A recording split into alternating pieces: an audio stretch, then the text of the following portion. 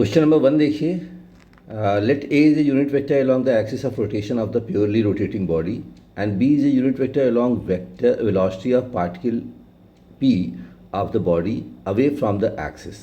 मतलब ये एक बॉडी है, ये एक बॉडी है, ये यू रोटेट कर रही है, ऐसे रोटेट कर रही है. तो ए वेक्टर कौन सा होगा? A vector is out of plane. मतलब ये अगर ये एक्स एक्सिस है, ये वाई एक्सिस है, तो ए वेक्टर अलोंग जेड एक्सिस हो गया, अलोंग जेड एक्सिस, राइट. ए वेक्टर जेड एक्सिस डायरेक्शन में हो गया. और जो दूसरा पॉइंट है, एक पॉइंट पी है, एक पॉइंट पी यहाँ पे है. पॉइंट पी की वेलोसिटी क्या होगी? Point P, this is the radius, and point P की वेलोसिटी इस डायरेक्शन में होगी. This is the velocity of point P and इसको बोलता है ए वेक्टर. अब आप ध्यान दो, ए वेक्टर और B, A vector, this is B vector, A vector और बी वेक्टर के बीच का एंगल कितना है?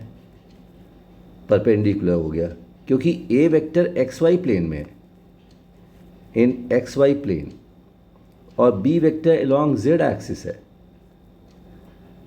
तो इसका डॉट प्रोडक्ट क्या हो जाएगा? A vector dot B vector is equal to mod A mod B cos 90. Cos 90 कितना हो गया? 0 हो गया. तो क्या आ गया आंसर 1 का? आंसर 1 का आ गया सी, राइट. आसान क्वेश्चन है, कर लोगे, ठीक है. क्वेश्चन 2 पे आ जाओ. Body is uniformly rotating about an axis fixed in inertial frame of reference. Inertial frame समझते हो? Inertial frame is a frame which is non accelerating. Non accelerating frame को कहते हैं इनर्शियल फ्रेम, ठीक है, ध्यान रखो. A body is uniformly rotating about an axis fixed in inertial frame of reference. Let A be the unit vector along the axis of rotation. तो ध्यान दो, मैंने कहा था ए वेक्टर कौन सा हो गया? ए वेक्टर हो गया along Z axis, along Z axis, ठीक है, आउट ऑफ द प्लेन, इसके बाहर, इसके बाहर, बोर्ड के बाहर, ठीक है. ऐसा एक डिस्क रोटेट कर रही है, A vector is out of the plane Z axis की डायरेक्शन में, आउट ऑफ प्लेन, ठीक है. अब वो कह रहा है B vector is the unit vector along the resultant force on a particle P. Resultant force, ध्यान दो, रिजल्टेंट फोर्स पूछ रहा है और पार्टिकल यूनिफॉर्म सर्कुलर मोशन कर रहा है. दो बातें ध्यान देनी है. यूनिफॉर्म सर्कुलर मोशन, इसका मतलब पार्टिकल पे only one force, only one force. वो कौन सा फोर्स है? सेंट्रीपेटल फोर्स लग रहा है, सेंट्रीपेटल फोर्स लग रहा है. तो फोर्स की डायरेक्शन क्या हुई? मान लो ये पॉइंट पी है, तो फोर्स की डायरेक्शन टुवर्ड्स सेंटर हो गई. Force is towards centre, towards centre, right. Force centre की डायरेक्शन में लग रहा है और A vector is out of the board. तो दोनों के बीच में एंगल कैसा होगा? F vector in X Y plane और A vector along Z axis. तो इनका डॉट प्रोडक्ट क्या हुआ? वो पूछ रहा है what is the dot product. तो A dot B is mod A mod B cos 90. 0 हो गया. तो आंसर कौन सा आ गया? आंसर आ गया सी. समझ आई बात? ये ए वेक्टर जेड एक्सिस की डायरेक्शन में और बी वेक्टर टुवर्ड्स सेंटर है. समझो इस बात को, बी वेक्टर टुवर्ड्स सेंटर, ये तो बी वेक्टर है, तो उनके बीच का एंगल 90 डिग्री, कॉस 90 0 हो गया. कर लोगे. अब एक चीज़ ध्यान रखो, ये यूनिफॉर्म रोटेटिंग बोल रहा है, इसने बोला क्या है? Uniformly rotating. अगर बोलता non uniform rotating, non uniform अगर बोलता तो हम क्या कहते?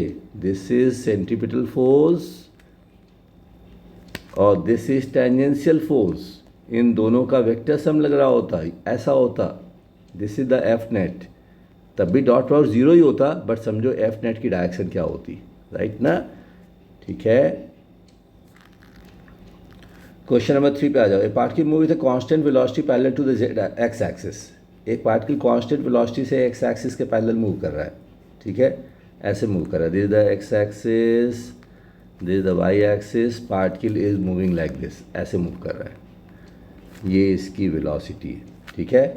अब वो कह रहा है it's angular momentum with respect to origin is. तो एंगुलर मोमेंटम क्या था? मोमेंट का टॉर्क, आप समझ लो मोमेंट का मोमेंटम। तो ये हो गया M V vector, this is P vector, and perpendicular distance, this perpendicular distance is constant, this is perpendicular distance, perpendicular distance हो गया। तो हम लोग कहते हैं angular momentum is mod P into perpendicular distance, perpendicular distance. तो क्या हो गया, एंगुलर मोमेंटम कांस्टेंट हो गया, इसका मैग्नीट्यूड भी कांस्टेंट हो गया और इसकी डायरेक्शन भी कांस्टेंट हो गई, राइट। तो क्या आ गया, रिमेन कांस्टेंट। कर लोगे। क्वेश्चन नंबर 4 पे आ जाओ। क्वेश्चन नंबर 4 कह रहा है a body in pure rotation, linear velocity v of a particle, the distance r from the particle from the axis is omega is equal to v by R. 10 omega. और अब देखो क्या होता है, अब मैं बात समझो।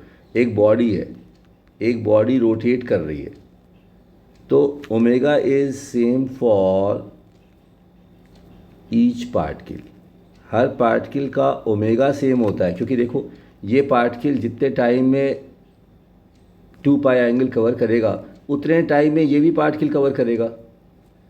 Same time same angle, same time same angle for each particle, for each particle, right? Hence omega is same for each particle. तो omega is v is equal to omega r. तो v वैरी करता है, v is different for different particle, right? v अलग अलग particle के लिए अलग अलग होता है, ओमेगा सबके लिए सेम होता है। तो आप सीधा सा कहोगे क्या कि omega is independent of r। Got the point. Question number 4। Question number 5 पे आते हैं। Figure shows a small wheel fixed coaxially on a bigger one of double the radius. मतलब इसका रेडियस r है और इसका रेडियस 2r है, इसका radius 2r, right. The string supports A and B, ठीक है। X and Y the distance travel by A and B. अब आप देखो velocity of A is equal to omega into R, velocity of B is omega into 2r। मैंने कहा था omega same रहता है, ओमेगा सेम रहता है, याद रखो ओमेगा सबका सेम रहता है, ठीक है। तो अब पूछा है X and Y with the distance, इसको मैं लिख दूँ D X upon D T और इसको मैं लिख दिया D Y upon D T, right. तो डी एक्स की वैल्यू क्या हो जाएगी, omega into R into D T, और डी वाई की वैल्यू क्या हो जाएगी, omega into 2r into D T. इसका रेशियो ले लो, तो D X upon D Y is equal to 1/2। तो आप डी एक्स को x लिख दो, y is equal to 2x। तो क्या आंसर हो गया, y is equal to 2x, right. आसान से क्वेश्चन है, ध्यान रखना है omega is same, omega is same, velocity is different. So इसकी वेलोसिटी डबल होगी और इसकी वेलोसिटी v होगी। तो जब अगर वेलोसिटी डबल होगी तो डिस्प्लेसमेंट भी डबल होगा। तो ये 2v मूव करेगा, ये 2x मूव करेगा और ये x मूव करेगा। तो y is equal to 2x, right. Question number 6 देखिए। Body is rotating uniformly about a vertical axis fixed in a inertial frame. अब इनर्शियल फ्रेम में फिक्स है, यूनिफॉर्म रोटेशन है। अब ध्यान दो इस बात को, ओमेगा इज कांस्टेंट, ठीक है। Resultant force of particle of body is on the axis is, resultant force देखो क्या होगा। तो बॉडी अगर यूनिफॉर्म सर्कुलर मोशन कर रही है तो बॉडी पे सिर्फ एक ही फोर्स तो लगेगा। ये पॉइंट देखो तो सेंट्रीपेटल फोर्स लग रहा होगा, सेंट्रीपेटल फोर्स, सेंट्रीपेटल फोर्स लग रहा है एफ वेक्टर, ठीक है। सो कह रहा है the resultant force of the particle is on the axis is, vertical गलत हो गया, horizontal and skew with the axis गलत हो गया, horizontal and intersecting the axis, axis से पास कर रहा है, ठीक है। तो आंसर सी हो गया। अगर वो बोलता नॉन यूनिफॉर्म, अगर वो बोलता कि ओमेगा कांस्टेंट नहीं है तो क्या हो जाता, ये होता सेंट्रीपेटल फोर्स, ये होता टेंजेंशियल फोर्स और वेक्टर सम ये हो जाता, फिर आपका आंसर हो जाता, आंसर बी हो जाता फिर, ठीक है। याद रखिएगा यूनिफॉर्म एंड नॉन यूनिफॉर्म दोनों केसेस अलग अलग हैं, ठीक है। अब क्वेश्चन नंबर 7 में आ जाओ। ये बोल रहा है नॉन यूनिफॉर्म रोटेशन होना है। नॉन यूनिफॉर्म रोटेशन मतलब ओमेगा इज नॉट कांस्टेंट। इसका मतलब इसके पास अल्फ़ा भी होगा। इसका मतलब इसके पास दो फोर्सेस होंगे, एक तो रेडियल फोर्स होगा जिसे हम कहते हैं सेंट्रीपेटल फोर्स, और एक होगा टेंजेंशियल फोर्स एलोंग टैंजेंट। तो नेट फोर्स कितना हो गया? आप देखो ये पी पॉइंट है, ये सर्किल है या डिस्क है, ये पॉइंट पी है। तो एक फोर्स इधर हो गया सेंट्रीपेटल फोर्स, एक फोर्स इधर हो गया रेडियल फोर्स, और इन दोनों का vector sum this is net force F net. तो आप देखो ये बोल रहा है कि the resultant force on the particle is on the axis is horizontal and skew with the axis. Horizontal and skew with the axis मतलब वो इंटरसेक्ट नहीं कर रहा है, नॉट इंटरसेक्टिंग। तो आंसर हो गया बी। राइट, कर लोगे, आसान सा क्वेश्चन है। यही बात समझनी है कि यहाँ पे टेंजेंशियल फोर्स भी हो गया, रेडियल तो है ही है, सर्कुलर मोशन में ये तो रहेगा, ये श्योर शॉर्ट रहेगा, ये श्योर शॉर्ट रहेगा। ये तब होगा जब नॉन यूनिफॉर्म सर्कुलर मोशन हो। ध्यान रखो, ये तब होगा जब नॉन यूनिफॉर्म सर्कुलर मोशन हो। राइट, क्वेश्चन नंबर 8 देखते हैं। F is a force acting on a particle having position R vector. अब देखो torque be the let torque be tau, this force about the origin is. अब देखो ये body है, ठीक है, ये बॉडी है, ये पॉइंट है। Let F be the force acting on a particle having position vector R vector. ये आर वेक्टर है, this is R vector. Torque है इसके पास, टॉर्क इज देयर, इसका मतलब नॉन यूनिफॉर्म सर्कुलर मोशन होगा, नॉन यूनिफॉर्म सर्कुलर मोशन होगा। Torque से अल्फ़ा आता है, alpha is equal to torque upon I, पढ़ा होगा तुमने, ठीक है। तो अब इसके पास नेट फोर्स कहीं इस डायरेक्शन में होगा, this is F net, this is F net, and torque is out of the board, torque is out of board मतलब एलोंग जेड एक्सिस हो गया, एलोंग जेड एक्सिस हो गया, ठीक है। तो अब देखो क्या बोल रहा है, R vector dot torque vector. R vector perpendicular to torque vector है, तो आर वेक्टर टॉर्क वेक्टर का डॉट प्रोडक्ट 0 हो गया, cos 90 0 होता है। राइट, अब देखो force vector and torque vector का, फोर्स वेक्टर और टॉर्क वेक्टर का डॉट प्रोडक्ट भी 0 होगा, बिकॉज cos 90 0 डिग्री है, क्योंकि ये है अलोंग जेड डायरेक्शन, और ये दोनों ही हैं एक्स वाई प्लेन में। एक्स वाई प्लेन में होंगे तो इनके बीच का एंगल कितना होगा? इन दोनों के बीच का एंगल 90 डिग्री होगा, श्योर शॉट, ठीक है।